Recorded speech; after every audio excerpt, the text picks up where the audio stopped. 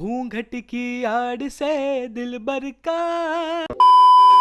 जूही चावला ने उठाया है 5G पे सवाल, saying that it's harmful for the environment. अब क्या एग्जैक्टली उन्होंने कहा है और 5G हमारे लिए सच में हार्मफुल है या नहीं, इसके बारे में हम थोड़ा सा डिटेल में रिसर्च के बेसिस पर बात करेंगे। इसके अलावा 5G इंडिया में आएगा या नहीं आएगा, क्या हमें 5G फ़ोन लेना चाहिए या नहीं लेना चाहिए, और अगर लेना भी चाहिए तो कब लेना चाहिए, ये सब भी बहुत ही इंपॉर्टेंट सवाल है क्योंकि मैटर जो है वो अभी कोर्ट में जा चुका है और इन सभी सवालों के जवाब आपको इस वीडियो में मिलने वाले। सो एक भी पॉइंट स्किप मत करिए, वीडियो को पूरा एंड तक देखते रहिए।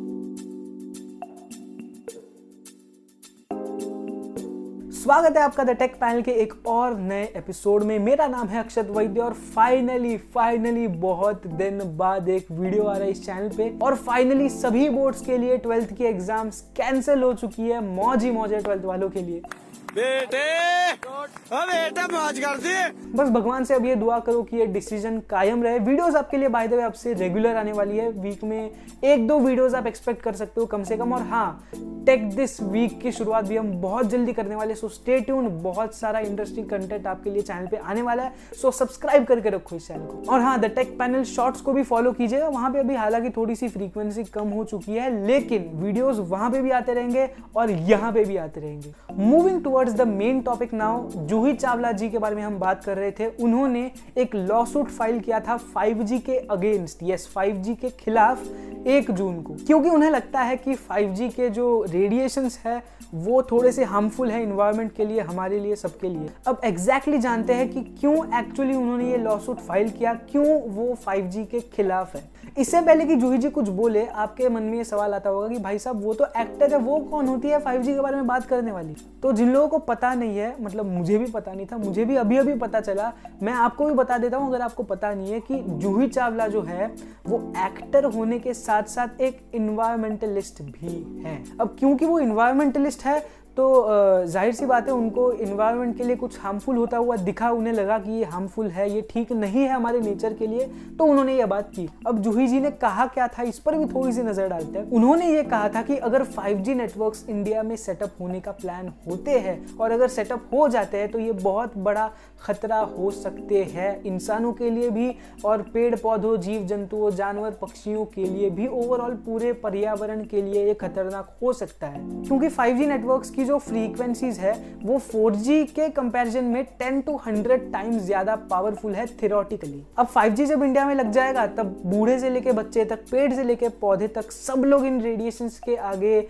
एक्सपोज होंगे। महीने के 30 दिन, दिन के 24 घंटे, साल के 365 दिन, एक सेकंड हम इनके आगे एक्सपोज होते रहेंगे। तो ये जो है वो खतरनाक हो सकता है। ऐसे कुछ सीरियस डैमेजेस हो सकते हैं जो कि इरिवर्सिबल है, जिनका कोई इलाज नहीं है और बहुत ज्यादा खतरा हो सकता है ओवरऑल पूरी धरती के लिए, ऐसा उन्हें लगा। अब ये चीज तो उन्होंने कही थी, लेकिन इसका थोड़ा सा हम एनालिसिस करेंगे। सबसे पहला पॉइंट ये निकल के आता है कि 4G की टॉप स्पीड क्या थी, पहले ये बताओ। 4G की टॉप स्पीड जो कि खुले मैदान में अचीव की जा सकती है वो है अप टू 100 Mbps, और MB से मेरा मतलब है मेगाबिट्स पर सेकेंड। यस, ये मेगाबिट होता है और ये मेगाबाइट होता है, मेगाबाइट में बड़ा भी होता है। और अगर आप में से एक भी ऐसा बंदा हो जिन्होंने अच्छा वाला 4G प्लान ले रखा है, हाई स्पीड वाला, और उसको 100 छोड़ दो लेकिन 80, 85, 90 का भी एवरेज डेटा स्पीड मिल रहा है, तो मुझे नीचे कमेंट करके बताओ। मेरे ख्याल से मोबाइल नेटवर्क्स में हमें जो हाईएस्ट एवरेज स्पीड मिली है वो है कुछ 13.5-14 MB के आसपास। मतलब टॉप स्पीड 100 की और हमें एवरेज मिल रहा है 15 का। ये तो सब थियोरेटिकल था, लेकिन प्रैक्टिकली भी हम ये एक्सपीरियंस कर पा रहे हैं, ये देख पा रहे हैं कि 4G को 4G जैसी स्पीड्स ही नहीं मिल रही है, एटलीस्ट इंडिया में वो मजा ही नहीं आ रहा 4G का। और 5G की टॉप स्पीड की बात करें तो वो है 10 गीगाबिट्स पर सेकेंड। और दुबई में जो एवरेज 5G की स्पीड मिलती है वो आप 500 Mbps मान के चल सकते हो।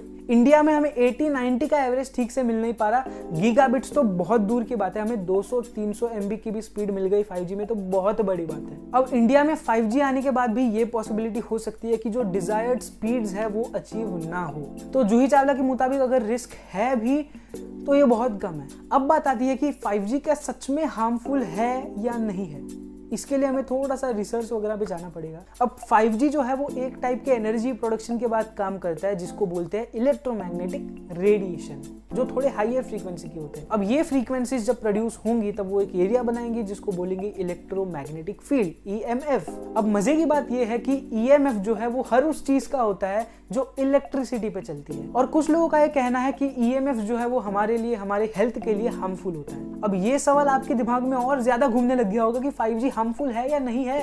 WHO के हिसाब से 5G हार्मफुल है या नहीं है, इस पर ज्यादा रिसर्च अभी तक हुई नहीं है। हालांकि जो इसका आधार है, जो EMFs है, वो इन जनरल बाकी सभी चीजों से जो प्रोड्यूस हुए हैं उसके ऊपर रिसर्च की गई है, लेकिन वो भी अनस्टेबल है, वो भी मतलब थोड़े से मिक्स्ड है। इस साइड में भी नहीं है ज्यादा और उस साइड में भी नहीं है, वो भी हम थोड़ा सा देखेंगे अभी। सबसे पहले with respect to tissue heating 2017 में एक रिसर्च हुई थी WHO की तरफ से, जहाँ पे ये पता लगा था कि जो मोबाइल फोन्स हम यूज करते हैं वहां से निकलने वाले जो EMFs है, जो रेडिएशंस है, उससे टिश्यू हीटिंग कॉज होती है। अब टिश्यू हीटिंग क्या होता है? टिश्यू हीटिंग मतलब हमारी जो स्किन है वो इलेक्ट्रोमैग्नेटिक वेव्स को, उन रेडिएशंस को एब्जॉर्ब कर लेती है, तो वो जो हमारा बॉडी पार्ट है वो थोड़ा सा गर्म हो जाता है, उसका टेम्परेचर स्लाइटली इंक्रीज हो जाता है। और इसी को लेकर 2021 में भी एक रिसर्च हुई थी कि जितनी वीक हमारी स्किन होगी और जितनी हाई फ्रीक्वेंसीज की वो रेडिएशंस होंगी, उतना ज़्यादा एनर्जी हमारी स्किन एब्जॉर्ब करेगी, उतना ज़्यादा टेम्परेचर ज़्यादा होगा हमारी स्किन का। हालांकि FCC के हिसाब से जो ये रेडिएशंस मोबाइल वगैरह से निकल रही है ये बहुत बहुत बहुत कम है, इससे कोई भी हार्म हमें नहीं पहुंचता, बस थोड़ी सी स्किन गर्म हो जाती है, जैसे कि हमारा फोन थोड़ी देर के लिए गर्म होता है। कॉग्निटिव एक्शंस की बात करें तो 2017 में एक रिसर्च हुआ था जहाँ पे ये निकल के आया था कि 90 मिनट यानी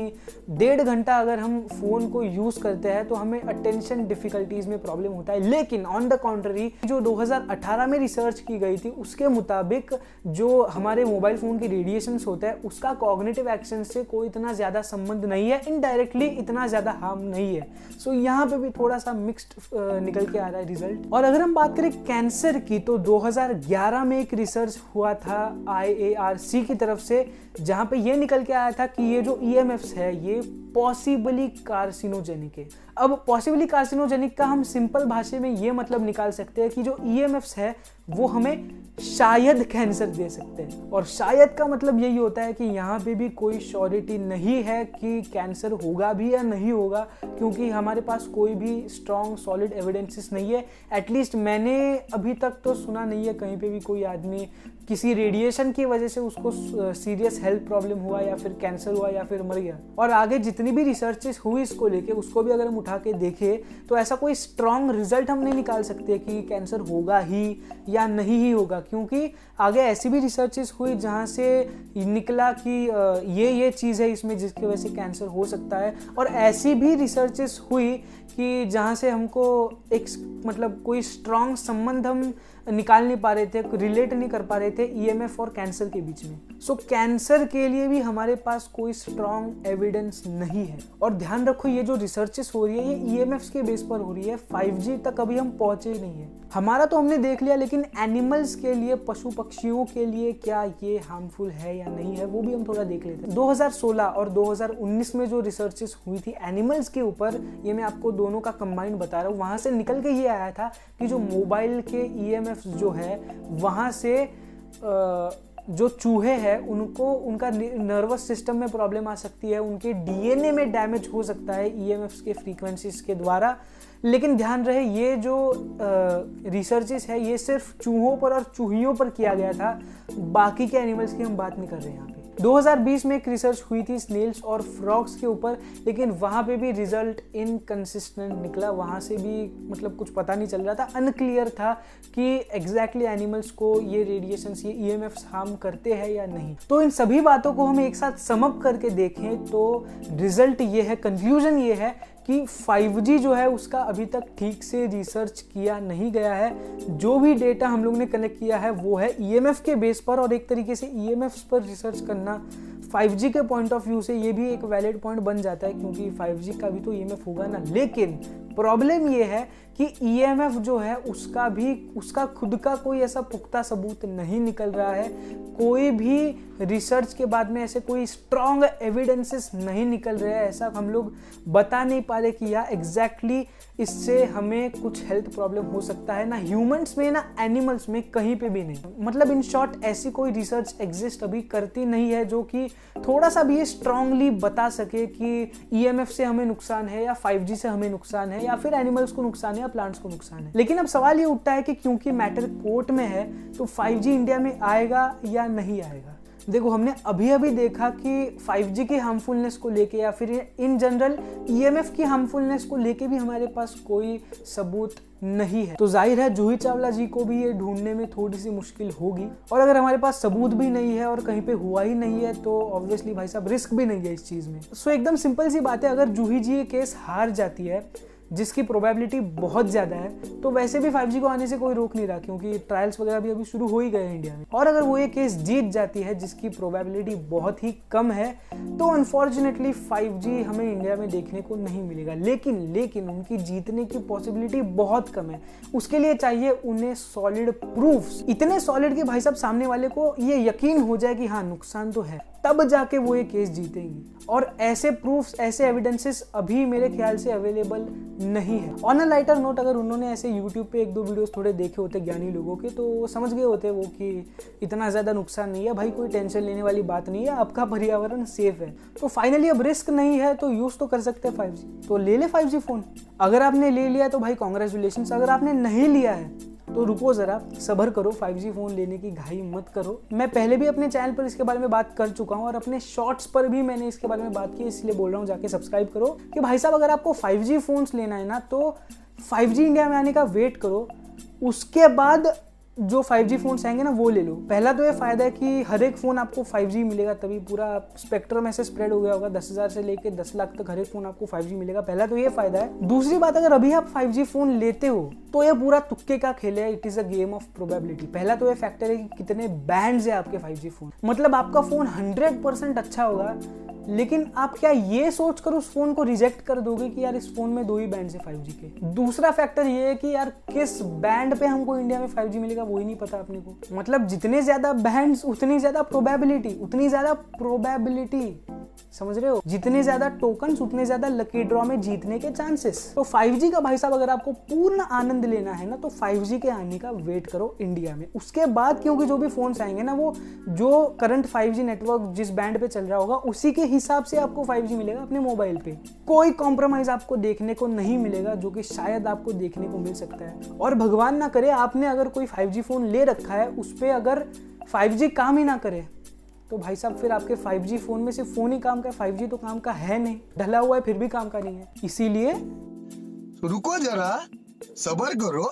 सो इसी नोट के साथ हम इस वीडियो को एंड करते हैं। अगर आपको ये वीडियो अच्छी लगी तो लाइक करो, शेयर करो, और थोड़ा सा भी ज्ञान अगर आपको इस वीडियो से मिला हो तो चैनल को सब्सक्राइब करो और बेल आइकन को प्रेस करो ताकि इस चैनल के सभी अपडेट्स और नोटिफिकेशन आपको सबसे पहले मिल जाए। इसके अलावा मेरे सभी सोशल मीडिया हैंडल्स की लिंक आपको डिस्क्रिप्शन में मिल जाएगी, वहां जाके फॉलो करो। द टेक पैनल शॉर्ट्स को भी जाके फॉलो करो and stay connected. Until next time, good bye.